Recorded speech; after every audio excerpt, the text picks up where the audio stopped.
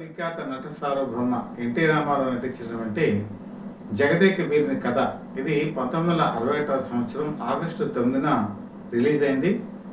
KV Reddy దీనికి దర్శకుడు. NT Ramarao KV Reddy కాంబినేషన్లో వచ్చినటువంటి ఇది మూడో చిత్రం. మొట్టమొదటి చిత్రం కనుక చూసుకుంటే 1951లో రిలీజ్ అయినటువంటి పాతాళ భైరవి. పేరులో పాతాళం ఉంది కానీ మరి ఎన్టీ రామారావుకి చాలా ఎత్తుకు తీసుకెళ్ళినటువంటి సినిమా ఇది. ఆ తర్వాత కాలంలో అంటే నాకు తెలిసినంత వరకు అది 1957 సంవత్సరం. ఆ 1957 సంవత్సరంలో మాయాబజార్ సినిమా రిలీజ్ అయింది. మాయాబజార్లో కృష్ణుడు వేషం మొట్టమొదటిగా ఎన్టీ రామారావు వేశారు.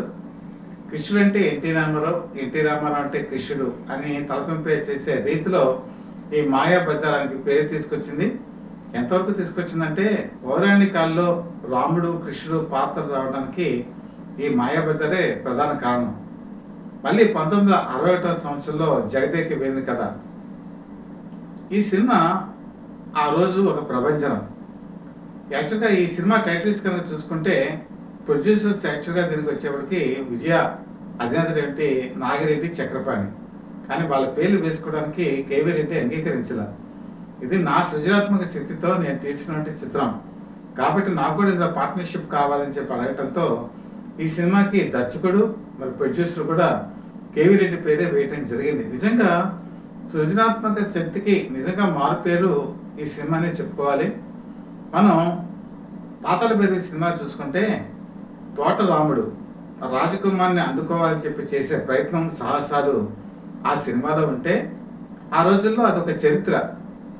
సామాన్యమైన మానవుడు రాజకుమార్ని పెళ్లి చేసుకున్న ఆలోచన ఆ రోజుల్లో వచ్చేది కాదు. ఆలోచన వచ్చిందే తరువుగా ఆ సినిమా అద్భుత విజయం సాధించింది. మరి ఇక్కడికి వచ్చేప్పటికి ఒక మానవుడు దేవకన్యల్ని పెళ్లి చేసుకోవాలన్న ఆలోచన. కాబట్టి దేవకన్యలు ఎక్కడ ఉంటారు, వాళ్ళు ఎలా పెళ్లి చేసుకుంటారు, ఇది ఈ సినిమాలో ఒక హైలైట్ అంశం. దీన్ని తీసుకొని ఈ సినిమాని నడిపించిన తీరు ఆ రోజు ప్రేక్షకులందరినీ కూడా కట్టిపడేసింది. ముఖ్యంగా ఈ సినిమాలో పాటలు కానీ ఫైట్స్ కానీ అలాగే కథనం కానీ చాలా అద్భుతంగా ఉంటుంది. అయితే ఈ సినిమాకి ప్లాన్ ఏంటి, ఎక్కడి నుంచి ఈ స్ఫూర్తిని తీసుకున్నారు అంటే జగతాల ప్రతాప్ అని చెప్పేసి 1944 సంవత్సరంలో తమిళలో సినిమా రిలీజ్ అయింది. ఈ సినిమా ప్రేరణగా తీసుకొని కేవీ రెడ్డి కొన్ని మార్పులు చేసి ఈ జగదేక వీరుని కథ సినిమా తీశారు. అయితే ఈ జగదేక వీరుని కథ స్ఫూర్తిగా తీసుకొని 1990 సంవత్సరంలో జగదేక వీరుడు అతిలోక సుందరి అని చెప్పి సినిమా వచ్చింది కదా, దానికి ప్రేరణ కూడా ఖచ్చితంగా ఈ కథే. ఇందులో బివి సరోజాదేవి యాక్చువల్గా కన్నడ నుంచి వచ్చారు. ఆవిడ మాటలో యాక్చువల్గా తెలుగు మాట్లాడేటప్పుడు పట్టి పట్టి మాట్లాడతారు. మీరు జగదేక వీరుని కథ అతిలోక సుందరి సినిమాల్లో చూస్తే శ్రీదేవి కూడా అదే అనుకరించారు. మానవ అని చెప్పేసి అనేటువంటి ఈ పాత్ర బివి సరోజాదేవిని ఇమిటేట్ చేసేటువంటి క్యారెక్టర్. అలాగే ఈ సినిమా రంభా రాంబాబు అని చెప్పేసి ఒక సినిమా వచ్చింది, రాజేంద్ర ప్రసాద్ రంభ. ఆ సినిమా కూడా ఈ సినిమానే ప్రేరణ. ఇలాగ ఎన్నో సినిమాలకి స్ఫూర్తినిచ్చినటువంటి జగదేక వీరుని కథ ఈరోజు చూసినా కూడా చాలా కొత్తగా హాయిగా ఉండేటువంటి చిత్రం. ఈ సినిమా ప్రత్యేకతలు ఏంటి అని చెప్పి మనం చూసుకుంటే ఆ రోజుల్లో రిహార్సల్స్ వేయించి ఒక బైండ్ స్క్రిప్ట్ చేసుకొని కేవీ రెడ్డికి దర్శకత్వం వహించేవాడు. ఎందుకంటే ఆ రోజు రీల్ మీద నడిచేది కెమెరా రీల్ కనుక వేస్ట్ అయిపోతే మళ్ళీ కొనుక్కోవడం చాలా కష్టమయ్యేది. కాబట్టి ఎక్కడ కూడా రీల్స్ వేస్టేజ్ లేకుండా ప్రతి ఒక్కరి చేత కూడా మొత్తం ఆ డైలాగ్స్ ఏం మాట్లాడాలి అన్ని ఇంటి దగ్గర రిహార్సల్స్ చేసుకొని కడతా పట్టి షూటింగ్ వచ్చేవాళ్ళు. తన ఎఫెక్ట్ ఎంత బాగా వస్తుందో అంతవరకు కూడా వదిలిపెట్టేవాళ్ళు కాదు కేవీ రెడ్డి. అయితే ఇక్కడ ఇంకొక విషయం ఏంటంటే 1961 సంవత్సరం వచ్చేటప్పటికి ఎన్టీ రామారావు చలనచిత్ర పరిశ్రమలో హీరోగా ఎస్టాబ్లిష్ అయిపోయారు. హీరోగా కాదండి, ఒక సూపర్ స్టార్గా ఎస్టాబ్లిష్ అయిపోయారు. కాకపోతే ఆయనకు ప్రాబ్లం ఏంటంటే అప్పటికి విజయవాడలో ఆయనతో కంబైన్డ్గా సినిమాలు తీసేవాళ్ళు. ఆయన ఎప్పుడు పర్మనెంట్ ప్రొడక్షన్ సంస్థ. కాకపోతే మిగతా నిర్మాతలు వచ్చేప్పటికి ఎవరు కూడా ఆయనతో వరుసపెట్టి సినిమాలు తీసేవాడు కాదు. అందుకనే ఆయన ఎన్ఐటి బ్యానర్ పెట్టుకున్నారు. తనకి సినిమాలు తీసారంటే తన ఓన్ బ్యానర్తోనే తీయాలని చెప్పి. కారణం ఏంటంటే ఆ రోజు అక్కినేని నాగేశ్వరరావు సినిమాలకి కొన్ని సంస్థలు ఉండేవి, జగపతి ఆర్ట్స్. వాళ్ళు ఏ సినిమా తీసినా అక్కినేని నాగేశ్వరరావుతోనే తీసేవాళ్ళు.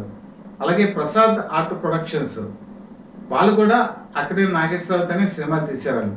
తర్వాత అన్నపూర్ణ ఫిల్మ్స్ అంటే దుక్కిపాటి మధుసూదన్ రావు అండి, ఆయన కూడా ఏ సినిమా తీసినా అక్కినేని నాగేశ్వరరావుతోనే తీసేవాళ్ళు. తర్వాత కాలంలో రామానాయుడు కూడా మరి ఈయనతోనే సినిమాలు తీశారు. ప్రేమనగర్ ఇవన్నీ కూడా ఆయనతో తీసినవే. కానీ ఎన్టీ రామారావుకి మాత్రం ఒక ప్రొడ్యూసర్ వచ్చి ఒక 2 సినిమాలు చేసి ఆ తర్వాత వేరే హీరోకి షిఫ్ట్ అయిపోయేవాళ్ళు. ఈ ప్రాబ్లం ఆయనకు ఉండేది. అలాగే ఇంకొక ప్రాబ్లం ఏంటంటే హీరోయిన్ల కొరత. అక్కినేని నాగేశ్వరరావుకి పర్మనెంట్గా టోకుగా కాల్ షీట్ ఇచ్చేసేవారు సావిత్రి. సావిత్రి ఆ రోజుల్లో నెంబర్ 1 స్టార్ హీరోయిన్. ఎన్టీ రామారావుకి మాత్రం సావిత్రి కాల్ షీట్లు ఉండేవి కాదు సినిమాలకి. మరి ఆయన ఏం చేసేవాళ్ళు అంటే కొత్త తరం నటీనటులు ఎవరైతే ఉంటారో నాయకుల్ని వాళ్ళని వెతుక్కుని తన సినిమాలో పెట్టుకునేవారు. ఆ తరం వచ్చినటువంటి నాయకే ఈ బివి సరోజాదేవి. బివి సరోజాదేవి ఆ రోజు సావిత్రితో పోటీపడి తను ఎంత హంగామా చేసేదో ఈవిడ అంత హంగామా చేసేది. ఆవిడ షూటింగ్ వచ్చేప్పుడు ఏ కాల్లో వచ్చేదో బివి సరోజాదేవి కూడా అదే కాల్లో వచ్చేది. ఆ రోజు సావిత్రికి పోటీ పడినటువంటి బివి సరోజాదేవి చాలా గట్టి పోటీ తమిళ్లో ఇచ్చింది, తెలుగులో కూడా ఇచ్చింది. ఎప్పటి నుంచి 1960 నుంచి 69 వరకు. ఆ తర్వాత ఇంకా సావిత్రికి పోటీగా వాణిశ్రీ వచ్చేసింది. వాణిశ్రీ స్టార్ హీరోయిన్ అయిపోయింది. ఇది అందరికీ తెలిసిన విషయమే. ఇంత బ్యాక్గ్రౌండ్ ఉందండి ఈ జగదేక వీరుని కథ ఇష్యూలో. అయితే ఈ జగదేక వీరుని కథ ఇందులో వచ్చేప్పటికి విలనిజం. ఈ విలనిజం గురించి మనం ప్రత్యేకంగా చెప్పుకోవాలి. ఇందులో రాజనాల మెయిన్ విలన్, రాజనాల పక్కన సిఎస్ఆర్ ఉంటారు. జనగా మన అన్ని సినిమాల్లో కూడా విలన్ అనేప్పటికీ రౌద్రం, కోపం, భయానకం ఇవన్నీ కూడా చూపిస్తూ ఉంటారు. కానీ ఈ సినిమాలో మాత్రం రాజనాల చాలా సాఫ్ట్ విలనిజం పండిస్తాడు. అలాగే కామెడీ కూడా ఇందులో పండిస్తాడు. కాబట్టి కామెడీ రాజనాల చేసినటువంటి విలనిజం ఈ సినిమాలో ప్రత్యేకంగా చూడాలి. ముఖ్యంగా సిఎస్ఆర్ పక్కనే ఉంటారు. హే రాజన్ అని చెప్పేసి అనేటువంటి మాట ఆ రోజుల్లో చాలా పాపులర్. అలాగే ఇక్కడ 4 దేవకన్యలు. ఈ దేవకన్యల్ని పెళ్లి చేసుకునే ప్రయత్నంలో భాగంగా ఎన్టీ రామారావు చూపించిన సాహసాలు ఆ రోజు ప్రేక్షకుల్ని బాగా కట్టిపడేశాయి. ఇందులో సినిమాలో కనుక వచ్చేప్పటికి పాటలు చెప్పుకోవాలి. పెంజాల నాగేశ్వరరావు ఈ పాటలన్నీ కూడా సంగీతం ఆయనే సమకూర్చారు. దీనికి ఘంటసాల పాడినటువంటి తీరు ఆ రోజుల్లో నవ్వుతో నా భవిష్యత్తు ఈ సినిమా సూపర్ డూపర్ హిట్ అవ్వడానికి కూడా కారణం ఏంటంటే ఘంటసాల వెంకటేశ్వర పాడినటువంటి పాటలు. మరి ఇందులో దేవకన్యలుగా ఎవరు నటించారు అంటే బివి సరోజాదేవి, ఎల్ విజయలక్ష్మి, కమల కుమారి, జయంతి ఈ 4 కూడా నటించారు. ఇందులో కనుక చూసుకుంటే బివి సరోజాదేవి అగ్రస్థాయి హీరోయిన్ గా వెలుగొందింది. ఎన్టీ రామారావుతో అనేక సినిమాలు సూపర్ డూపర్ హిట్స్ అందించారు. అలాగే ఎల్ విజయలక్ష్మి కనుక చూసుకుంటే ఎల్ విజయలక్ష్మికి ఒక మెయిన్ ఏంటంటే ఆవిడ డాన్సర్. కానీ రాముడు భీముడు సినిమాలో ఆవిడ్ని 1 ఆఫ్ ది హీరోయిన్ గా సెలెక్ట్ చేయడం జరిగింది. అది కూడా జగదేక వీరుని కథ చూసిన తర్వాతే. ఆ తర్వాత కాలంలో గురు శిష్యులుగా వీళ్ళిద్దరు కలిసి ఒక సినిమాలో నటించారు, నర్తనశాల. నర్తనశాలలో బృహన్నల క్యారెక్టర్లో ఎన్టీ రామారావు, ఉత్తరగా మరి ఎల్ విజయలక్ష్మి ఇద్దరు కూడా అద్భుతమైన ఒక డాన్స్గా లేకపోతే ఒక మంచి హీరోయిన్ ఓరియంటెడ్ తరహా పాత్ర ధరించి ఆ సినిమా విజయానికి కూడా కారణమయ్యారు ఎల్ విజయలక్ష్మి. జయంతి విషయానికి వచ్చేప్పటికి జయంతి 1981 సంవత్సరంలో కొండవీటి సింహ అని చెప్పి ఒక సినిమా వచ్చింది. అందులో కూడా ఎన్టీ రామారావుకి భారీగా నటించారు, మెప్పించారు, అందరినీ కూడా ఓల్లాడించారు. అలాంటి అద్భుతమైన నటి జయంతి. అసలు ఎన్టీ రామారావు 1980 తర్వాత ఏదైనా ఒక క్యారెక్టర్ చేయాలనుకుంటే ఫస్ట్ ప్రిఫరెన్స్ జయంతికి ఇద్దామని చెప్పి ప్రయత్నం చేసేవాడు. అంత నమ్మకం ఆయనకి జయంతి పెర్ఫార్మెన్స్ మీద. జయంతి తర్వాత కన్నడలో సూపర్ స్టార్ కూడా అయింది, అది వేరే విషయం. ఇందులో కమల్ కుమారి ఈవిడ మాత్రం ఎక్కువ కాలం హీరోయిన్గా కొనసాగలేకపోయారు, అంత పేరు కూడా తెచ్చుకోలేకపోయారు. ఈ విధంగా చూస్తే ఈ సినిమా ఒక విధంగా ఆ రోజుల్లో ఒక సామాన్య ప్రేక్షకుడికి ఒక కళ్ళ సౌధం. అయితే ఈ సినిమా కనుక మనం మిగతా భాషలో కూడా అనువదించడం జరిగింది. ఆ రోజుల్లో తెలుగు భాష అనేటప్పటికీ తెలుగు వరకే పరిమితమై ఉండేది. కానీ ఈ సినిమాని మిగతా భాషలో అనువదించిన కారణం ఏంటంటే ముఖ్యంగా పశ్చిమ బెంగాల్, ఇప్పుడు వెస్ట్ బెంగాల్ మనం అంటున్నాం కదా, ఈ వెస్ట్ బెంగాల్కి వచ్చేప్పటికి పౌరాణికాలు జానపదాలు తీయాలని వాళ్ళకి ఆసక్తి ఉండేది. కాకపోతే అక్కడ ఉన్నటువంటి ఆర్టిస్టు కొరత, తర్వాత పెట్టుబడి, వాళ్ళకు ఉన్నటువంటి మార్కెట్, ఇవన్నీ కూడా ఆ రోజు బెంగాల్లో సినిమాలు తీయలేనటువంటి పరిస్థితి, ముఖ్యంగా జానపదాలు కూడా. అలాంటి పరిస్థితుల్లో వాళ్ళు ఎక్కువగా ఎన్టీ రామారావు సినిమాని డబ్బింగ్ చేసి అక్కడ రిలీజ్ చేసేవాళ్ళు. ఎన్టీ రామారావు అంటే అక్కడ వెస్ట్ బెంగాల్లో బాగా తెలుసు. ఈ ప్రాథమిక సూత్రం తెలుసుకున్నటువంటి విజయవాళ్ళు ఏం చేశారంటే ఈ సినిమాని వెస్ట్ బెంగాల్లో డబ్బింగ్ చేయడం జరిగింది. ఒరిస్సాలో డబ్బింగ్ చేశారు, తమిళంలో చేశారు, కన్నడంలో చేశారు, హిందీలో కూడా చేశారు. అయితే ఇది ఒక విధంగా చెప్పాలంటే పాన్ ఇండియా సినిమా అని చెప్పి చెప్పుకోవచ్చు. ఆ రోజుల్లో పత్రికలు ఏమీ కూడా ఇంత అవగాహన లేకపోవడంతో కేవలం డబ్బింగ్ చేసి రిలీజ్ చేశారని చెప్పేవాళ్ళే కానీ ఈ రోజుల్లో చాలా మంది pan India cinema, pan world cinema అని చెప్పి అంటున్నారు. కానీ పాన్ ఇండియా సినిమా అప్పుడే ఎన్టీ రామారావు 1961 సంవత్సరంలోనే నటించారు. అయితే ఈ సినిమా రిలీజ్ అయిన తర్వాత అన్ని భాషల్లో కూడా ఇది సూపర్ హిట్ అయింది. జనరల్గా హిందీ సినిమా హిందీలో ఆడుతుంది, తెలుగు సినిమా తెలుగులో ఆడుతుంది. కానీ ఒక తెలుగు సినిమా డబ్బింగ్ చేసి మరి మిగతా భాషల్లోకి చేసినప్పుడు అన్ని ప్రాంతాల ప్రజలు కూడా తెలుగు ప్రజలు ఎలా రెస్పాండ్ అయ్యారో ఆ విధంగానే రెస్పాండ్ అవ్వటం ఎన్టీ రామారావుకు ఉన్నటువంటి ఒక వేగానికి, గమ్యానికి, అవి చేరువ కావటానికి దోహదపడ్డాయి. ఇంకొక విషయం ఏంటంటే మీకు అందరికీ తెలిసిందే, మహారాష్ట్రలో షోలాపూర్ సినిమా దాంట్లో ఈ జగదేక వీరుని కథ 100 రోజులు ఆడింది. ఇది హిందీలో డబ్ చేసి ఆడినటువంటి సినిమా కాదండి, తెలుగు సినిమానే షోలాపూర్లో 100 రోజులు ఆడింది. ఇంతవరకు షోలాపూర్లో ఏ తెలుగు సినిమా కూడా ఆ తర్వాత 100 రోజులు ఆడలేదు. ఏకైక సినిమా ఏంటంటే ఇదే. షోలాపూర్లో కూడా ఈ సినిమాని విపరీతంగా ఆదరించడం జరిగింది. అంటే మహారాష్ట్రలో ప్రజలు, అక్కడ ఆంధ్ర ప్రజలు కానీ మహారాష్ట్ర వాళ్ళు కానీ ఈ సినిమా చూసి ఇందులో వండర్స్ చూసి ఆశ్చర్యచకితులయ్యారు. కాబట్టి దీనికి ఉన్న స్టామినా మనం తెలుసుకోవచ్చు. ముఖ్యంగా ఈ సినిమాలో సంగీతం వచ్చేప్పటికి పాటలన్నీ కూడా చాలా సూపర్ డూపర్ హిట్. వరించవచ్చిన మానవ వీరుని అనే ఒక పాట ఉంది కదా, ఆ పాట కూడా ఆ రోజు ప్రతి నోట ఈ పాటే వినపడుతూ ఉండేది. ఏమి హాయిలే హలా అని చెప్పేసి ఆ పాట కూడా జలకాలు ఆడుతున్నప్పుడు దేవకన్యలు పాడేటువంటి పాట. హలా అనేటువంటి ఒక చమత్కారం కూడా ఇందులో మనకి కనపడుతుంది. ఈ చమత్కారం మీకు ఎక్కడ కనిపిస్తుందంటే రాజనాల సిఎస్ఆర్ని బాధలాయన అని చెప్పి పిలవటం కూడా మనం గమనించవచ్చు. చూడండి, అంటే ఒక్కొక్క పదాన్ని సృష్టించి ఏ విధంగా సినిమాని ముందుకు నడిపించారో అది మనసుల్లోకి ఎంత హత్తుకుపోతుంది అని చెప్పేసి. అంటే మనం చెప్పుకున్నాం కదా, కామెడీ విలనిజం. ఇందులో ఎన్టీ రామారావుని ఎదుర్కోవడం కష్టం అని చెప్పి తలనొప్పనో కాళ్ళ నొప్పనో లేకపోతే రకరకాల వ్యాధుల పేర్లు చెప్పి అతని పాతాళ లోకానికి మిగతా లోకాలకి పంపించి ఎలాగైనా మటాష్ చేయాలని చెప్పి ఆలోచనతో రాజనాల పన్నాగాలు పండుతూ ఉంటాడు. అయితే వెళ్ళిన ప్రతి చోట కూడా ఆపద కాకుండా ఒక దేవకన్యను తీసుకొచ్చేటువంటి ప్రయత్నంలో స్టన్ అయిపోతూ ఉంటాడు, స్థానం అయిపోతూ ఉంటాడు రాజనాల. ఇది ఈ సినిమాలో చాలా మందికి నవ్వు తిప్పించేటువంటి అంశం. అలాగే రాజనాల సిఎస్ఆర్ ఇందులో ఆడవేళ్ల వేషాలు కూడా వేస్తాడు. ఆ వేసినప్పుడు కూడా రేలంగి వాళ్ళతో ప్రవర్తించిన తీరు కూడా కామెడీ బాగా పుట్టుకొస్తుంది. ముఖ్యంగా ఎన్టీ రామారావుకి సహాయకుడిగా రేలంగి తన ప్రతిభని పూర్తి స్థాయిలో ఆవిష్కరించాడు. ఈ సినిమాలో ఒక విధంగా చెప్పాలంటే రేలంగి పాత్రను కూడా మనం మర్చిపోలేం. ఇప్పుడు సంగీతం విషయానికి వచ్చేప్పటికి ఒక పాట ఉంటుందండి, అందులో యక్షుడు ఉంటాడు. యక్షుడు యాక్చువల్గా ఒక రాయి కింద మధ్యలో ఉంటాడు, అతన్ని బయటికి విడిపించవలసిన పరిస్థితి వస్తుంది. అయితే దాన్ని విడిపించాలంటే దేనైనా బద్దలు కొట్టి విడిపించేటువంటి అవకాశం లేదు, కేవలం గానంతో మాత్రమే చేయాలని చెప్పి ఆ యక్షుడు చెప్తాడు. ఇది ఈ సినిమాకి చాలా హైలైట్. యాక్చువల్గా శివశంకరి అని చెప్పే పాట ఉంది కదా, ఈ పాట ఈ సినిమాకి మన తరతరాలకు కూడా గుర్తుంచుకోవాల్సినటువంటి పాట. ఈ చిత్రీకరణ చేసేటప్పుడు కూడా ఎంత కష్టపడ్డారో కూడా మనం తెలుసుకోవచ్చు. అయితే ఈ శివశంకరి అనేటప్పటికీ అనేక రాగాలతో ఉంటుంది. దీనికి అద్భుతమైన స్థాయిలో పెంజాల నాగేశ్వరరావు సంగీతం సమకూర్చారు.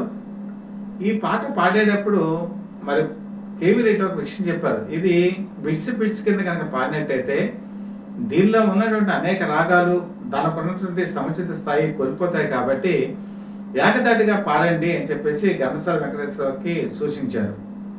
ఘంటసాల వెంకటేశ్వరరావు 1961 అంటే చాలా బిజీ గాయకుడు. ఆయన ఎన్నో సినిమా పాటలు ఆయన గురించి వేచి చూసేవి. కాకపోతే ఆయన ఏం చేశారంటే ఈ సినిమాలో సరైన ఎఫెక్ట్ రావాలి అంటే మిగతా సినిమా పాటలన్నీ పక్కన పెట్టేశారు. వారం రోజుల పాటు ఏ పాట కూడా నేను పాడను అని చెప్పేసి కేవలం దీని మీద మాత్రమే ఆయన ఫోకస్ పెట్టడం జరిగింది. అనేక రకాలుగా ప్రాక్టీస్ చేశారు. ఆయనకే ప్రాక్టీస్ కాదండి, ఇక్కడ ఎన్టీ రామారావు కూడా ఒక అగ్ని పరీక్ష.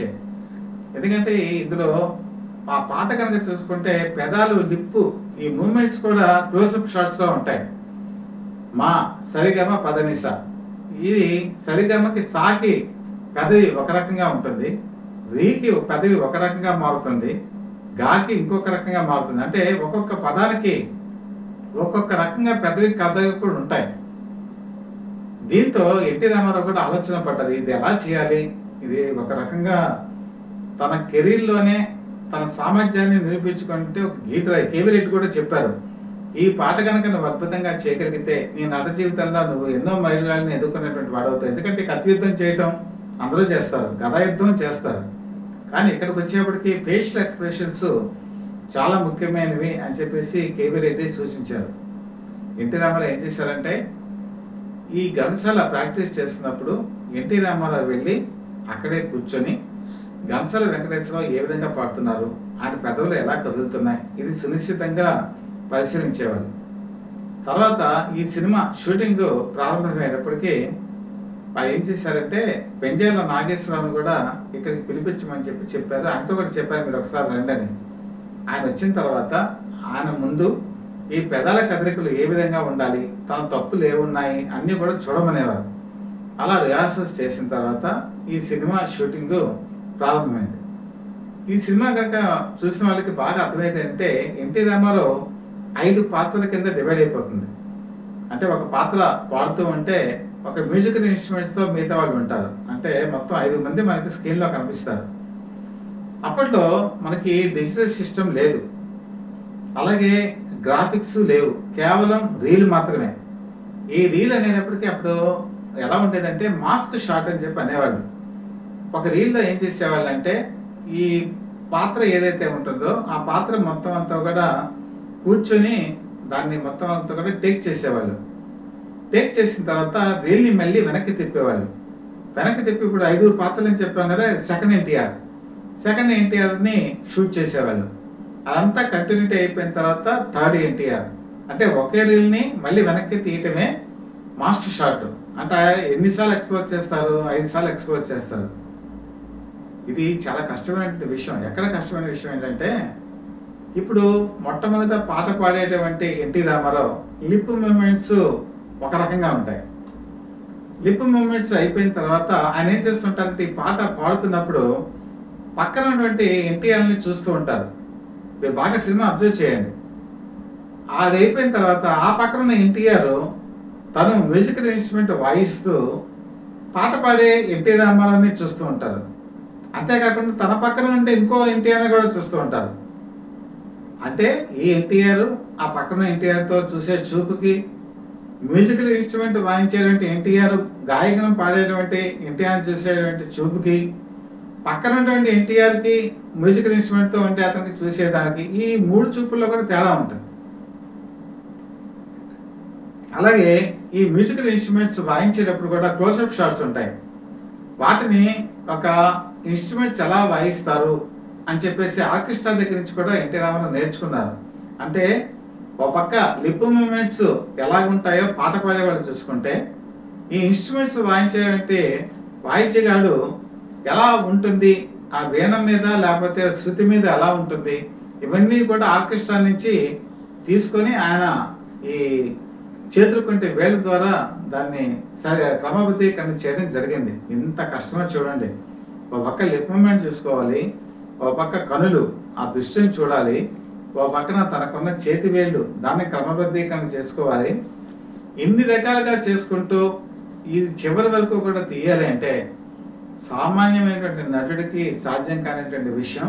నిజంగా దీన్ని అంతే సాధ్యమైన విషయాన్ని సుసాధ్యం చేసినటువంటి వ్యక్తి ఎన్టీ రామారావు. ఈ ఒక్క పాట చాలండి. ఎన్టీ రామారావు నట జీవితంలో ఇది ఒక కలికితురాయి. మీరు కనుక కొంచెం 77 సంవత్సరాలకు వెళ్తే ఇది ఇలాంటి మాస్టర్ షాట్ మనకు ఇంకోసారి కనిపిస్తుందండి. అదేంటంటే దానివేలు సూరకన్న. నేను ఈ సినిమా గురించి చెప్పినప్పుడు కూడా నేను ఈ విషయాన్ని చెప్పాను. ఆయన ఒక పక్క కర్ణుడి కింద వేస్తాడు, ఒక పక్క దుర్యోధన కింద వేస్తాడు, ఒక పక్కనేమో మరి కృష్ణుడి కింద వేస్తాడు. ఈ ముగ్గురు రకరకాలైన భావాలు చూపిస్తుంటారు. అలాగే లాస్ట్లో సంధి చేసేదానికి వచ్చినప్పుడు ఈ ముగ్గురు కూడా కనిపిస్తారు. ముగ్గురు కనిపించినప్పుడు కృష్ణుడిగా ఒక రకం, దుర్యోధన కింద ఒక రకం, కర్ణుడి కింద ఒక రకం. కర్ణుడి కింద కొద్ది ఒత్తిగ్గా ఉండాలి, అలాగే దుర్యోధన కింద రాజసంగా ఉండాలి, కృష్ణుడి కింద ఆయన రాయబారం నడిపేటప్పుడు ఆయన చూపించే విశ్వరూపం. ఇది చూడండి. అంటే ఆ రోజు నుంచి 77 వరకు ఎన్టీ రామారావు తన నటనా కౌశలాన్ని ఎలా చూపించారని చెప్పి మనం అర్థం చేసుకోవచ్చు. దానికి ఆది గురువు మాత్రం కేవీ రెడ్డి గారి. అయితే ఇక్కడ ఒక విషయం ప్రస్తావించాలి. ఇంత వైవిధ్యమైనటువంటి నటన ప్రదర్శించిన ఎన్టీ రామారావు కేవలం 1968వ సంవత్సరంలో ఆయనకి పద్మశ్రీ అవార్డు వచ్చింది. ఈ పాటకు ఒక పాటకు చాలండి, ఆయనకి ఏ అవార్డు అయినా ఇచ్చేయచ్చు. అసలు పద్మభూషణ్ కానీ పద్మవిభూషణ్ కానీ ఇంకా అంతకు మించిన దాదాసాహెబ్ సాబ్ ఫాల్కే అవార్డు కానీ ఏవి కూడా ఎన్టీ రామారావుకి రాలా. కాబట్టి నాకు అనిపిస్తుంది ఇంత గొప్ప నటన ఈరోజు పరిశోధకులు ఈ పాట గురించి ఒక్కసారి పరిశోధిస్తే బాగుంటుంది. ఒక పుస్తకమే రాయొచ్చు. ఇది చాలామంది ఈరోజు తెలుగు సినిమా ఇండస్ట్రీలో విమర్శకులు ఉంటారు. ఆ విమర్శకులు అందరూ కూడా ఒక్కసారి ఈ పాటను కనుక చూస్తే ఒక నటన ఎంత పరాకాష్ఠకి వెళ్తుందో మనం అర్థం చేసుకో. కాబట్టి ఎన్టీ రామారావు ఈ సినిమాలో ఈ పాట ఒక్కటే చాలండి, ఆయన నటన ఎంత శిఖరాకాశానికి వెళుతుందో. అదే క్లైమాక్స్కి వచ్చేప్పటికి ఇంకొక అగ్ని పరీక్ష కూడా ఎన్టీ రామారావుకి ఎదురవుతుంది. అదేంటంటే దేవకన్యలు అనేక రకాలైన వేషాలకు మారిపోతూ ఉంటారు. మారిపోతున్నప్పుడు వాళ్ళని ఐడెంటిఫై చేసేటువంటి సన్నివేశం ఇందులో అగ్ని పరీక్షలాగా పెడతాడు.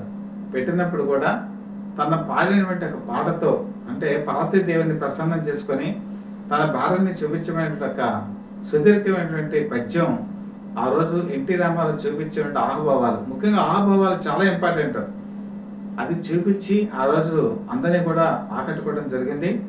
ఈ సినిమా రిలీజ్ అయిన తర్వాత 30 కేంద్రాల్లో 50 డేస్ ఆడటం జరిగింది. 18 కేంద్రాల్లో 100 రోజులు ఆడటం జరిగింది. ఈ సినిమా తర్వాత కాలంలో అనేక సార్లు రిలీజ్ చేశారండి. ఎందుకంటే గుండమ్మ కథ తర్వాత విజయ ప్రొడక్షన్స్ వాళ్ళకి సరైన హిట్ లేదు. అలాంటి పరిస్థితుల్లో వాళ్ళకి ఆర్థిక ఇబ్బందులు వచ్చినప్పుడల్లా కూడా ఈ జగదేక వీరుని కథని రిలీజ్ చేసేవాళ్ళు. రిలీజ్ చేసిన ప్రతిసారి కూడా అద్భుతమైన కలెక్షన్స్ వచ్చేవి. ఆ కలెక్షన్సే నిజంగా విజయ ప్రొడక్షన్స్ అని చాలా వరకు నిలబెట్టగలిగింది. కాబట్టి జగదేక వీరుని కథ మరొకసారి చెప్పేది ఏంటంటే, ఈరోజు దీని మీద పరిశీలకులు కానీ విమర్శకులు కానీ ఈ ఒక్క సినిమాలో ఎన్టీ రామారావు చూపించిన నటన అనేక షేడ్స్ గురించి పరిశోధన చేసి ఒక అద్భుత గ్రంథమే రాయొచ్చు. ఎన్టీ రామారావు తెలుగు సినిమా ఇండస్ట్రీకి దొరికినటువంటి ఒక కోహినూరు వజ్రం. ఆయన్ని బాగా ఉపయోగించుకున్న వ్యక్తి కేవీ రెడ్డి, ఆయనకి గురువు కూడా. అంతగా ఉపయోగించుకున్న దర్శకులు తర్వాతకు వచ్చేప్పటికి దాసనారాయణరావు, కె రాఘవేంద్రరావు ఇలాంటి వాళ్ళు కనపడతారు. ముఖ్యంగా బి విఠలాచార్యం కూడా మనం చెప్పుకోవాలి. జానపద చిత్రాల్లో ఎన్టీ రామారావు ఉన్నటువంటి కౌశల్యాన్ని ఒడిసి పట్టుకొని ఆ అమృతధారని ఆంధ్ర ప్రేక్షకులకి అందించిన వ్యక్తి కూడా విఠలాచార్య. ఇలాంటి నటుడు మనకి దొరకటం చాలా గర్వకారణం. ఈరోజు ఎన్టీ రామారావుకి సంబంధించిన అనేక సినిమాలు, దానికి వెనకాల ఉన్నటువంటి బ్యాక్గ్రౌండ్ మనం ఎంతో రకంగా పరిశోధించి మీకు అందజేయడం జరుగుతుంది. చాలామంది ఫోన్లు చేసి అభినందనలు కూడా తెలియజేస్తున్నారు. ధన్యవాదాలు. వచ్చే కాలంలో కూడా మరిన్ని విషయాలు మీకు తెలియజేస్తాం. కాకపోతే మేము పడుతున్న శ్రమ మాకు మీ అభిమానంతో ఎక్కడ కూడా ఒక చక్కటి వెన్నెలానే కనపడుతుంది.